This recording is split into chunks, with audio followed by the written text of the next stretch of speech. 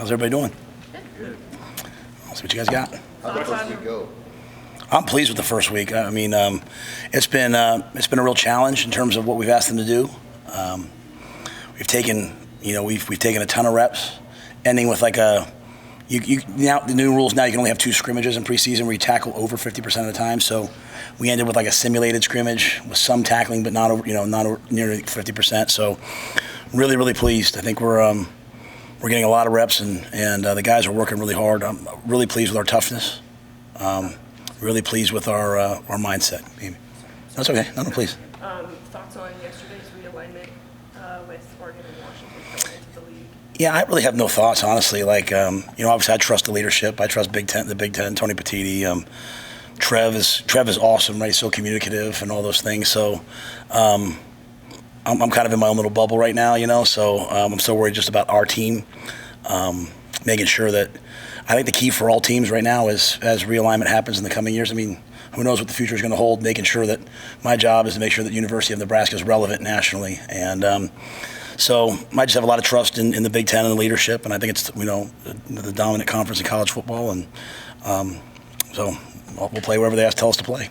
Matt, how's it look at that safety spot with Miles moving on, but also Marquise with the injury as he's rehabbing? What's that look like right now? I think the safeties are one of our strengths. Isaac Giffords, I mean, he's an alpha back there right now.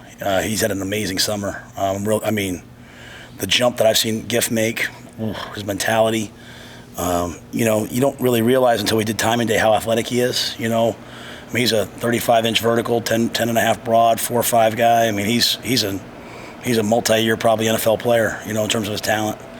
And his mindset's come a long way with it in terms of just taking control back there. Deshaun Singleton's playing really well. Omar Brown. We got a lot of guys back there, and I'm really pleased with the young guys, the young people we've brought in. So I think we have a lot of players who can play. We have a lot of flexibility. Tommy Hill's probably the turnaround guy from the time I got here till now. He's become one of the leaders, I think, on the defense. And so we have between Newsome, him, and Hartzog, we have some guys that can play multiple positions as well. So I like our strength in the secondary. I think we're going to be really good. Not to go name by name, but Corey Collier, how's he done? Corey's doing okay. Yeah, Corey's doing well. Corey's got a ton of football in him. We just got to get it out of him. Got a little bit banged up today at practice. Came back out there. So, I'm probably not in a position right now, 5-6 days in, to start talking about this guy's doing better than this guy. There's a couple guys, obviously, like the work through the summer really stands out. Like I mentioned, Gift, but I mean, Kobe, Brett's, all those guys back there. We trust them all to go play. Ashton Houseman's, another guy. He's an unbelievably good tester, and you give him an opportunity back there, he does a good job. So I think we have a lot of depth in the secondary. How's the picture along the defensive line? So you've got a couple of returners there, but you also have some guys that are just new, that just got here, and then you also have some freshmen. But I mean, do you have a sense of how many you want to rotate there and how those players are looking? Yeah, my message to the team last night was like, hey, I told all the coaches, I don't need GMs. Now's not the time to GM. Now's the time to coach, and coach them like they're your own sons. Don't worry about the depth chart. Just coach everybody. So, on the D-line, injuries usually set, you start saying, hey, it'll be this guy, and then it becomes someone else because of injuries. I thought Brody was poised to have a breakout year, and then he got banged up, right? So, I think the thing is, Ty Robinson, obviously is an established player.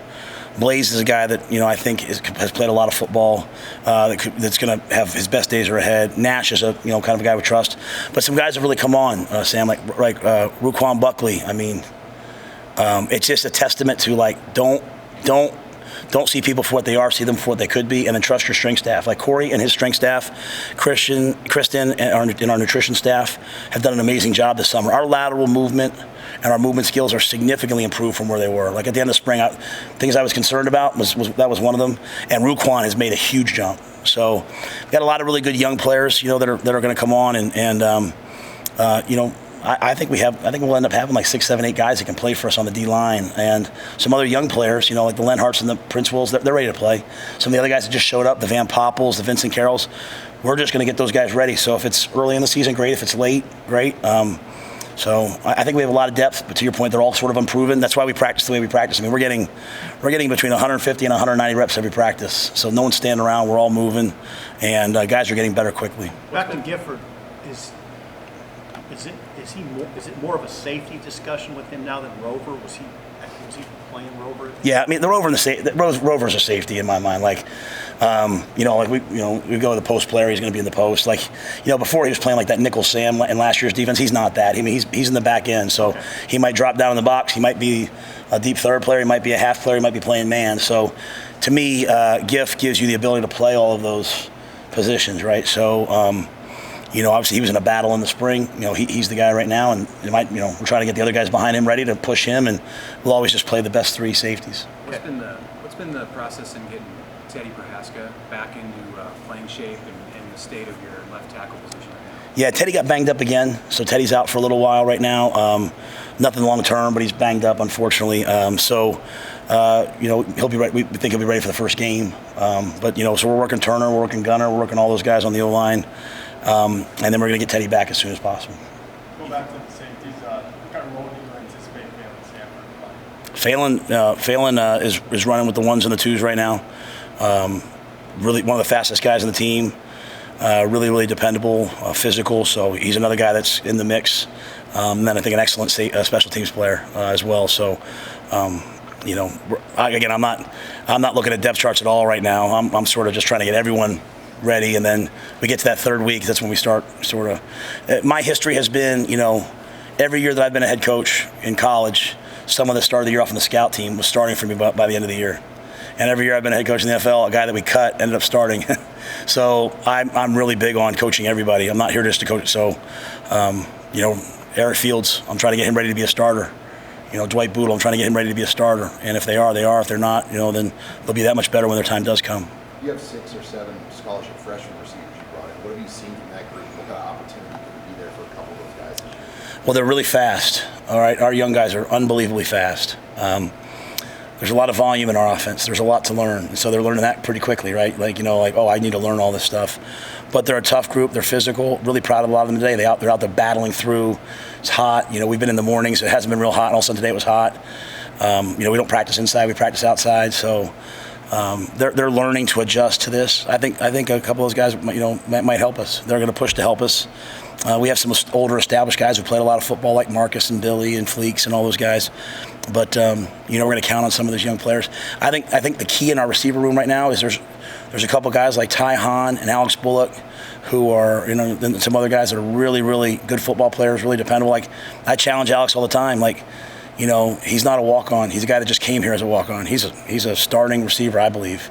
So, the young players, they're fast, they're explosive, they're dynamic. We're going to have an unbelievable receiving core with those guys at some point. It's just how fast they can learn this and handle the bumps and bruises of camp. They're trending in the right direction, though. Coach, when you put the guys in the dorms, there was a big emphasis on team building, and you kind of matched them up with guys who didn't really know each other. I know it's only been a week, but have you seen the impact on the field at all with how the dorms are going? I don't know if it shows up on the field necessarily. I think we talk a lot about champions act like champions before they're champions. That's Bill Walsh. They have a winning standard of performance before they're winners. So I'll challenge them hey, that's what I said to the team. Hey, what are some ways that you see us winning and we haven't won yet? Out on the scoreboard. And some of the guys talked about being in the dorms. Seeing guys talk to each other. Young guys impacting older guys impacting young guys. They're pranking the coaches. They're playing cards. I sent a group back last night early. Some of the older guys back early last night. Kept the second and third guys there. Sent the ones back and said, you can't be on your phones. Go back, play cards, do whatever. Gus Felder and his staff for us do an amazing job of integrating that in. So I think all of us can't wait to go back to our own beds. But I think we'll miss the time together. I walk over there every night and walk back in the morning. It's a pretty cool thing to see. And I think that's really the message for us right now is we're not trying to win the preseason. We're not trying to win the propaganda. We're trying to act like winners before we are winners. We're doing scout special teams yesterday. Nick Henrich is a multi-year starter, right linebacker, coming off a torn ACL, and he's running down on scout kickoff. Luke Reimer, all Big Ten players, running down on scout kickoff to give the twos a look. And I'm sitting there like, man, these guys, they sure deserve to win. So we just have to maintain that. So the dorms have been really good. Very grateful to housing because I feel like it's bringing our team closer. And I don't know if it'll show up, to be honest with you, until you have some adversity, right? When everything's going well, you don't really need a lot of leadership. it's really going to be like when things get hard, on the sideline, are we throwing our helmets and yelling at each other, the coaches yelling at each other, or are we kind of like, hey, I got your back if you got mine, let's go. So that's the type of team that you'll see it in tough moments. Can you go back for a second to Teddy? You said he's going to be ready for the first game, and then also are there any other injuries that you can report that will linger into the season? I don't think anything's going to linger in the season. We have some guys banged up right now. Obviously, you guys will see on Tuesday. Me doing off the top of my head's tough. I'm sorry, but Teddy's a significant one. Teddy and Jacob Hood right now aren't practicing on the O-line. We think he has a chance to be ready for the first game. If not, definitely the second game. So, I'm trying to think of anybody else. Marcus Washington should be ready to go full go on Monday, so we'll have him back, which will be great. But in terms of anything like long term, we don't say anything like that other than Brody. How good is it that, Turner, he's played the position a long time, so he knows how to play tackle. You don't have to teach him. How helpful is it that he has that experience? Yeah, and I love Teddy, and I know he's done. Since I've been here, Turner's been left tackle with the ones every day since I've been here, so that's what I know, right? So I just feel bad for Teddy because he's such a wonderful young man and wonderful teammate, and he was, excited to get out there and get going. But you know what? I remember when Brody got hurt, the Tagaloa family flew out here. I was sitting down with his father and mother, and his father was talking. He told me, he said something that impacted me. You learn a lot from listening to people and parents. His father, was talking to Brody about embracing the delay. Sometimes there's a delay in what we want. You have to embrace it. It's really good for me to hear. And so I think Teddy's going to come back better than ever. But yeah, Turner's an excellent player. And, we have some young old linemen that have shown up, like the Sledge.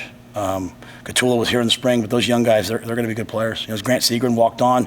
He's a scholarship type player. So we got some guys that are going to help us. Hey, Coach, on the off day, what is the schedule? Like, players, are they not allowed to leave? And what do you do on an off day Sunday when they're on campus? You're allowed like 2 hours with them, so we'll meet in the morning. We'll encourage them to recover. Our team does a great job of recovering and regenerating. So like Mitch will make sure that, there's massage and chiro and all that stuff available, ice tubs, cold tubs. So we'll have a bunch of recovery stuff, obviously they can leave if they want to go to church. Yeah, they can leave. They will give them their car keys back. And so if they want to go to church or they want to go out, go to the mall, they want to go to a movie, they can do all those things.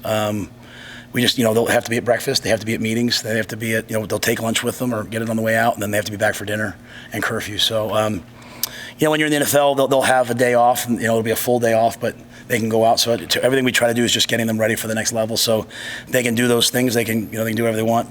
Just have to be back in time and be ready to go on Monday. And then the coaches will work in the morning, and then I always encourage the coaches, I don't have my family here yet. I don't even have a house yet, so I'm going to stay in the dorms. I might go see Oppenheimer. I heard that's good.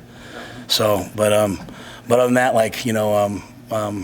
coaches will work. The coaches have been grinding. They're here late every night, so it's always good for them to see their families because it's another week. And week one's down, week two comes up, so I want to make sure we hit it running. I know you're focused on getting prepared for Minnesota, but I did want to go back to Oregon and Washington for a second.